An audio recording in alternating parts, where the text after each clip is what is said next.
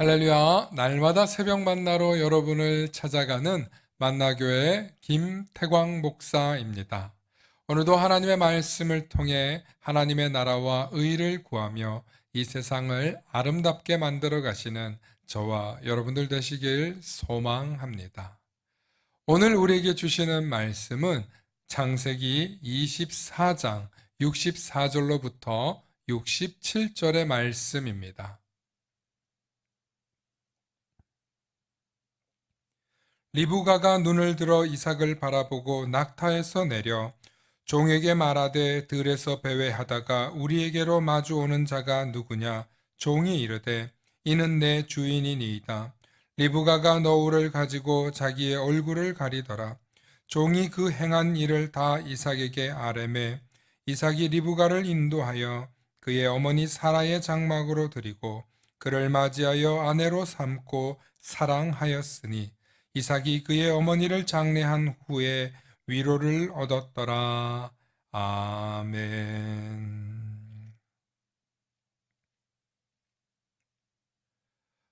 오늘은 존중과 배려로 열리는 마음의 문이라는 제목으로 말씀의 은혜 나누고자 합니다. 영국의 인꼬 부부로 알려진 빅토리아 여왕과 남편 알버트 공이 한 번은 사소한 일로 크게 다투었습니다. 아주 사소한 일이었지만 점점 소리가 커지더니 서로 말다툼이 되고 말았습니다. 모든 시종들과 하인들이 듣는 곳에서 더 이상 큰 소리가 나봐야 황실의 채통만 무너지니 직책이 낮은 알버트 공은 자기 방으로 들어가 버렸습니다. 여왕도 자존심이 상해 붙잡지 않았고 결국 서로 화가 나서 각자 방에서 분을 시키고 있었습니다. 하지만 여왕은 아무래도 자신이 찾아가야 할 것 같아 마음을 삭히고 사과하려고 남편 알버트 공의 방을 찾아갔으나 문은 굳게 잠겨 있었습니다. 조용히 노크를 해도 남편 알버트 공이 대답했습니다. 누구십니까? 빅토리아 여왕입니다. 그러나 문은 열리지 않았고 아무런 대답도 없었습니다. 잠시 생각을 하던 여왕은 다시 노크를 한 뒤 말했습니다. 똑똑똑, 당신의 아내입니다. 그러자 잠시 인기척이 나는 듯 하더니 방문이 열렸습니다. 아무리 높은 신분을 갖고 있어도 아무리 권력과 힘을 갖고 있어도 사람의 마음의 문을 열기란 불가능합니다. 하지만 상대방을 향한 존중과 배려가 있다면 언제든 상대방의 마음의 문을 열 수 있습니다. 결혼 20주년을 맞이한 부부가 있었습니다. 기념일 전날 아내가 남편에게 한 통의 편지를 전해주었습니다. 내용은 이렇습니다. 여보, 내일은 특별한 이벤트를 준비했어요.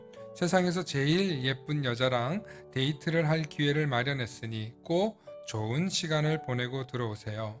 여기 장소와 규칙이 있습니다. 하면서 3가지 규칙을 적어 놓았습니다. 첫째, 밤 10시 이전에는 데이트를 끝내지 마세요. 둘째, 식사를 하며 대화를 할 땐 항상 상대방의 눈을 바라봐 주세요. 셋째, 이동을 할 땐 반드시 상대방의 손을 꼭 잡아 주세요. 라는 내용이었습니다. 남편은 아내가 장난치는 줄 알고 기분 좋게 편지를 받고 출근했습니다. 그리고 하루 종일 오늘 저녁에 어떤 이벤트가 있을까 열심히 일도 하면서 저녁 시간을 기다렸습니다.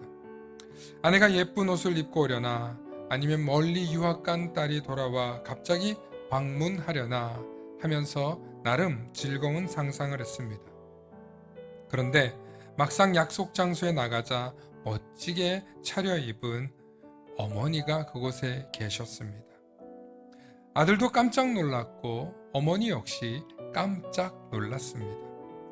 시어머니는 며느리가 불러서 온 가족들과 식사나 하려나 라고 생각했는데 아들만 내보낸 뒤 오붓하게 시간을 보내란 의미였던 것입니다. 어머니와 아들은 서로 머쓱해하며 아내와 며느리가 해준 배려와 사랑에 크게 감탄했습니다. 그리고 아들은 아내의 뜻을 잘 헤아리고 어머니를 정성껏 모시고 예전에 어머님과 함께 갔던 장소, 어머니와 아들만이 알고 있는 추억의 이야기를 하며 함께 데이트를 오붓하게 보냈습니다. 나중엔 어머니께서 내 평생에 오늘이 가장 기뻤단다 라는 말을 하시면서 눈가가 촉촉해지는 시간도 있었습니다. 더없이 고마운 며느리의 배려와 아들의 효심에 크게 감동했던 것이죠. 그런데 이 장면을 목격한 남편 역시 아내의 사려 깊은 생각에 아내를 향한 더 깊은 사랑과 존중의 마음이 생겼던 것입니다. 그리고 나도 아내의 생일이 되면 무언가 더 멋진 이벤트를 준비해야 되겠다라는 결심을 하였습니다. 최근 대한민국에서 4쌍 중에 한 쌍이 결혼을 하면 이혼을 할 정도로 이혼율이 상당히 높습니다. 그래서인지 여기저기서 더 이상 한 번 이혼은 흠도 아니다 라며 서로를 위로하고 있습니다. 물론 이혼을 했다고 해서 인생이 끝장난 것은 아니고 말 그대로 흠도 아닙니다. 하지만 부부가 이혼을 결심하기 이전에 서로에 대한 존중과 배려가 있었다면, 대화 속에 상대방에 대한 헌신과 이해의 마음이 있었다면 분명 중대한 사유가 아니고서는 이혼하지 않았을 것입니다. 하지만 이혼하는 대부분의 부부의 대화는 상대방을 비난하고 원망하고 무시하는 말투에서 비롯됩니다. 상대방을 향한 폭언과 무시, 결국 폭력과 별거로 이어져서 이혼을 하게 됩니다. 옛부터 어른들은 부부싸움은 칼로 물베기란 말이 있습니다. 어느 한쪽이 아무리 강하게 불평하고 원망해도 한쪽에서 물처럼 가만히 있으면 대부분 문제도 원만해지고 물에 칼로 그은 것처럼 아무런 흔적도 남지 않습니다. 성경의 인물 가운데 아내를 끔찍히 사랑한 남자가 있었습니다. 그는 바로 이삭이었습니다. 이삭은 리브가를 너무 사랑해 다른 사람을 곁에 두지 않은 남편으로 유명합니다. 고대 사회에서는 잊기 힘든 이야기입니다. 왜냐하면 자녀를 많이 낳는 것이 하나의 덕이었고 그들의 생존 방식이었기 때문에 그렇습니다. 그런데 이삭은 그의 어머니 사레의 장례를 치르며 큰 슬픔 속에 있었습니다. 하지만 그때 현숙한 아내의 대명사인 리브가를 통해 큰 위로를 얻었고 평생의 아내 리브가를 사랑하며 다른 첩을 두지 않았습니다. 그리고 이삭은 리브가를 아내로 맞이하기 전에 그녀가 얼마나 지혜롭고 배려심이 깊은 사람인지 아브라함의 종을 통해 알아보았고 그 모든 사실을 이삭에게 고했던 것입니다.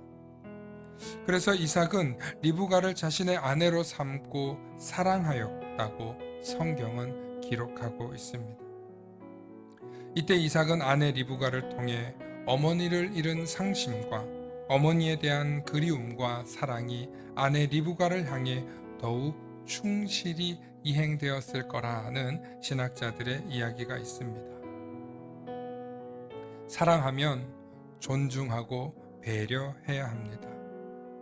존중하고 배려하면 사랑받는구나 라고 느끼게 됩니다.